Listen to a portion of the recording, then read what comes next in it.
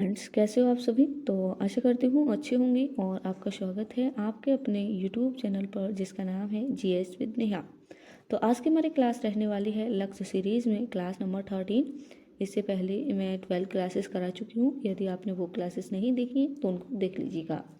ये जो क्लासेस हैं इन क्लासेस में मैंने जीके एंड जीएस को स्टार्टिंग से शुरू कराया है ताकि आपके जो आने वाले एग्ज़ाम हैं उन सभी एग्ज़ाम्स के लिए जीके एंड जीएस का सिलेबस अच्छे से कवर हो सके।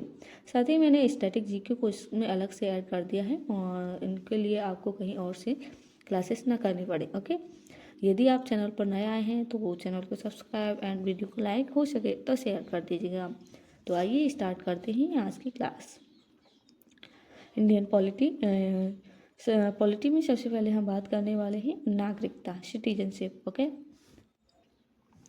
नागरिकता का वर्णन संविधान के भाग 2 के अंतर्गत किया गया है, आर्टिकल 5 से 11 यानी कि 5 से 11। ओके, नागरिकता प्राप्त करने के कुल 5 प्रकार होते हैं, जन्म से, वंश परंपरागत से, और पंजीकरण से, देशीकरण से और भूमि अर्जन से। ये 5 कारणों से या 5 प्रकारों से नागरिकता प्राप्त की जा सकती है। ओके, नेक्स्ट, नागरिकता समाप्त करने के कितने प्रकार होते हैं तो 3, परित्याग से, पर्यवसन से और वंचित किए जाने पर। वंचित कब किया जा सकता है यानी कि नागरिकता को कब छीना जा सकता है तो संविधान का सम्मान न करना, भारत का नागरिक युद्ध के समय शस्त्रों की सहायता करे तो उसे उसकी नागरिकता से वंचित कर दिया जाएगा। ओके, नेक्स्ट एक एक करके ये हम आर्टिकल के बारे में जानेंगे। जो 5 से 11 आर्टिकल दिए गए हैं नागरिकता से संबंधित। तो आर्टिकल 5 में संविधान के प्रारंभ से नागरिकता के बारे में प्रावधान दिए गए हैं। आर्टिकल 6 में पाकिस्तान से भारत आने वाले व्यक्तियों की नागरिकता का प्रावधान दिया गया है। आर्टिकल 7 में भारत से पाकिस्तान जाने वाले व्यक्तियों की नागरिकता, पाकिस्तान से भारत आने वाले फिर भारत से पाकिस्तान जाने वाले ये साथ में है। आर्टिकल 8 में भारत के बाहर रहने वाले भारतीय उद्भव के व्यक्तियों को नागरिकता का अधिकार है। ये कौन से आर्टिकल में है तो 8 में। आर्टिकल 9 में यदि कोई व्यक्ति अपनी इच्छा से विदेशी नागरिकता स्वीकार करता है तो उसकी भारतीय नागरिकता समाप्त हो जाएगी। ये आर्टिकल 9 में लिखा हुआ है। आर्टिकल 10 में किसी भी व्यक्ति की नागरिकता संसदीय विधि द्वारा ली जा सकती है। ये आर्टिकल 10 में लिखा है। आर्टिकल 11 में संसद को अधिकार है कि नागरिकता से संबंधित कानून बना सकती है। ये बहुत इंपॉर्टेंट है, ये एग्जाम में कई बार पूछा गया है। नेक्स्ट है एंशिएंट हिस्ट्री। यहाँ पर ये करते हैं। ओके, इधर जो विष्णु है, भगवान विष्णु, उनके 10 अवतार दिए गए हैं। तो ये कौन कौन से अवतार में कौन कौन से नंबर पर किस अवतार में आए थे तो इनका जो सबसे पहला अवतार था मत्स्य अवतार, जिसे मछली का अवतार कहा जाता है। दूसरा था कूर्मा अवतार, जिसे कछुए का अवतार माना जाता है। और तीसरा था बहरावा अवतार, जिसे सुअर के रूप में इन्होंने अवतार लिया था। चौथा था नरसिंह अवतार, पांचवा था वामना अवतार और 6वां था परशुराम जो अवतार था वो 6वां था। श्री राम का अवतार ये कौन सा नंबर का था तो 7वें नंबर का ध्यान रखिएगा। भगवान कृष्ण का अवतार ये 8वें का था। बुद्ध अवतार ये 9वें का था। और 10वां अवतार किसका था तो कल के अवतार ध्यान रखिएगा। ये भगवान विष्णु के 10 अवतार हैं। अब हम बात करने वाले हैं ये उत्तर वैदिक काल से संबंधित चीज़ें दी गई हैं। ओके, इधर सबसे छोटा पुराण कौन सा है तो मार्कंडेय पुराण, ध्यान रखिएगा, मार्कंडेय पुराण। ठीक है, सबसे बड़ा पुराण स्कंद पुराण है। विष्णु पुराण में मौर्य वंश की जानकारी मिलती है। वायु पुराण से गुप्त वंश की और भागवत पुराण से भगवान कृष्ण की भक्ति की जानकारी मिलती है। ये पुराण दिए गए हैं और जैसे सबसे छोटा, बड़ा और ये किस पुराण से किसकी जानकारी मिलती है। हिंदू धर्म के अनुसार सृष्टि के सृजनकर्ता ब्रह्मा जी हैं और संचालनकर्ता कौन है विष्णु और विनाशक शिव जी को माना जाता है। पुराणों के रचयिता लोमहर्ष और उनके पुत्र उग्रश्रवा थे। ये कई बार एग्जाम में पूछा जाता है। नेक्स्ट सिंधु नदी की सहायक नदियाँ। आज 3 क्लास हो गई सिंधु नदी के बारे में पढ़ते पढ़ते, तो आप क्लासेस को क्रम से देखिएगा तो आपको अच्छा समझ आने वाला है। ओके, झेलम जिसका प्राचीन नाम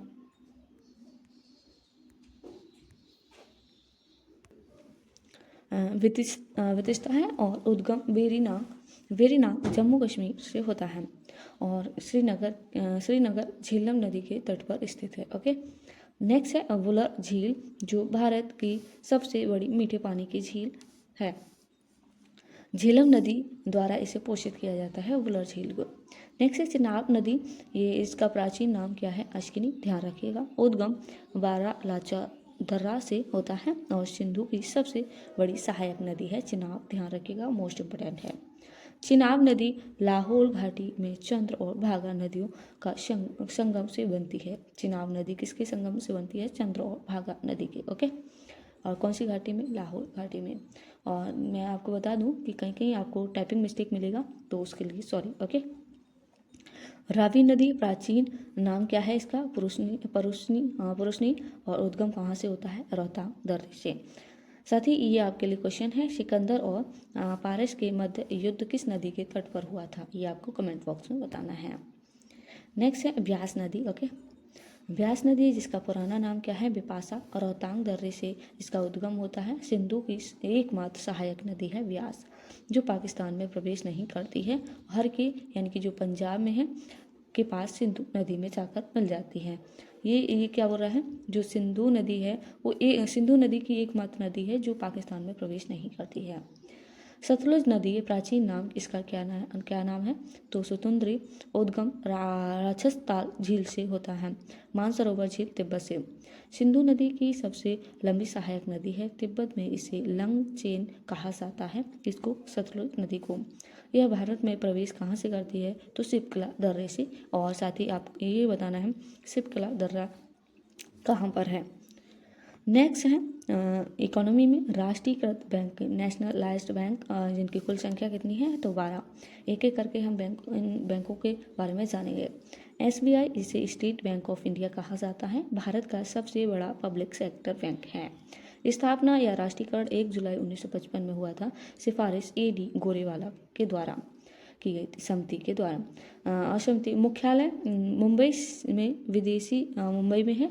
विदेशों में सर्वाधिक ATM, जिसे ऑल टाइम मनी या ऑटोमेटिक टेलर मशीन कहा जाता है। ओके, नेक्स्ट है BOV, बैंक ऑफ बड़ौदा, जिसकी स्थापना 20 जुलाई 1908 में हुई थी। मुख्यालय बड़ौदा गुजरात में है।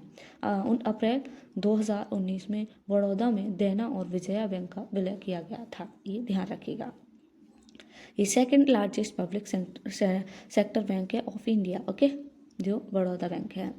नेक्स्ट है साइंस में जीव विज्ञान, कोशिका भित्ति। ओके, यह केवल पादप, जीवाणु, कवक, शैवालों में मौजूद होती है, जो कोशिका भित्ति। ये यहाँ से भी क्वेश्चन बन जाएगा, एक लाइन से ये पूछ लिया जाता है, ये किस में पाई जाती है? तो पादपों में। यह एक चयनात्मक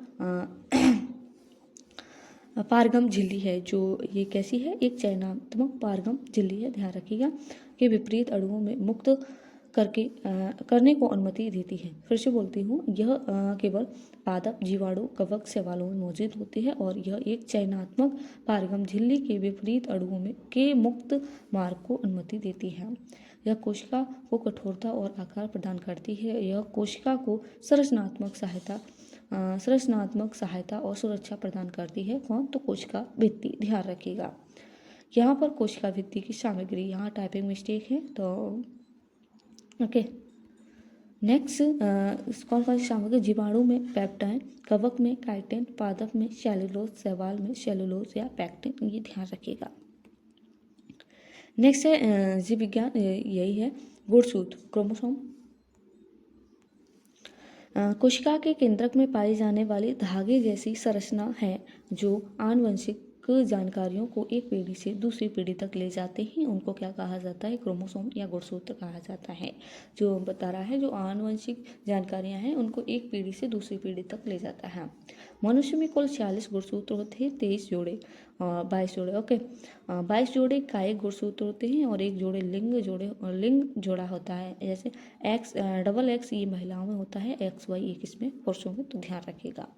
नेक्स्ट DNA, जिसे डीऑक्सीराइबो न्यूक्लिक अम्ल कहा जाता है। ओके, और यह आनुवंशिक जानकारी रखता है। और जीन, जो DNA के कार्यात्मक खंड हैं, इस जानकारी को एक पीढ़ी से दूसरी पीढ़ी तक संचालित करने के लिए जिम्मेदार हैं। कौन? DNA, ध्यान रखिएगा। नेक्स्ट स्टैटिक जीके में त्योहार और उत्सव। ये पिछली क्लासेस में हम शास्त्रीय नृत्य, उनके स्टेट, कलाकार, सारी चीज़ें कर चुके हैं। ओके, तो आपसे रिक्वेस्ट है कि उन क्लासेस को भी देख लीजिएगा। आंध्र प्रदेश के कौन कौन से त्योहार और उत्सव हैं? फ्लेमिंगो, ये बहुत ही महत्वपूर्ण है। कल्याणोत्सव, दक्कन महोत्सव, त्यागराज आराधना, ब्रह्मो उत्सव और वन्नी उत्सव और उगादि, ये कर्नाटक तमिलनाडु में भी मनाया जाता है। उगादि ध्यान रखिएगा।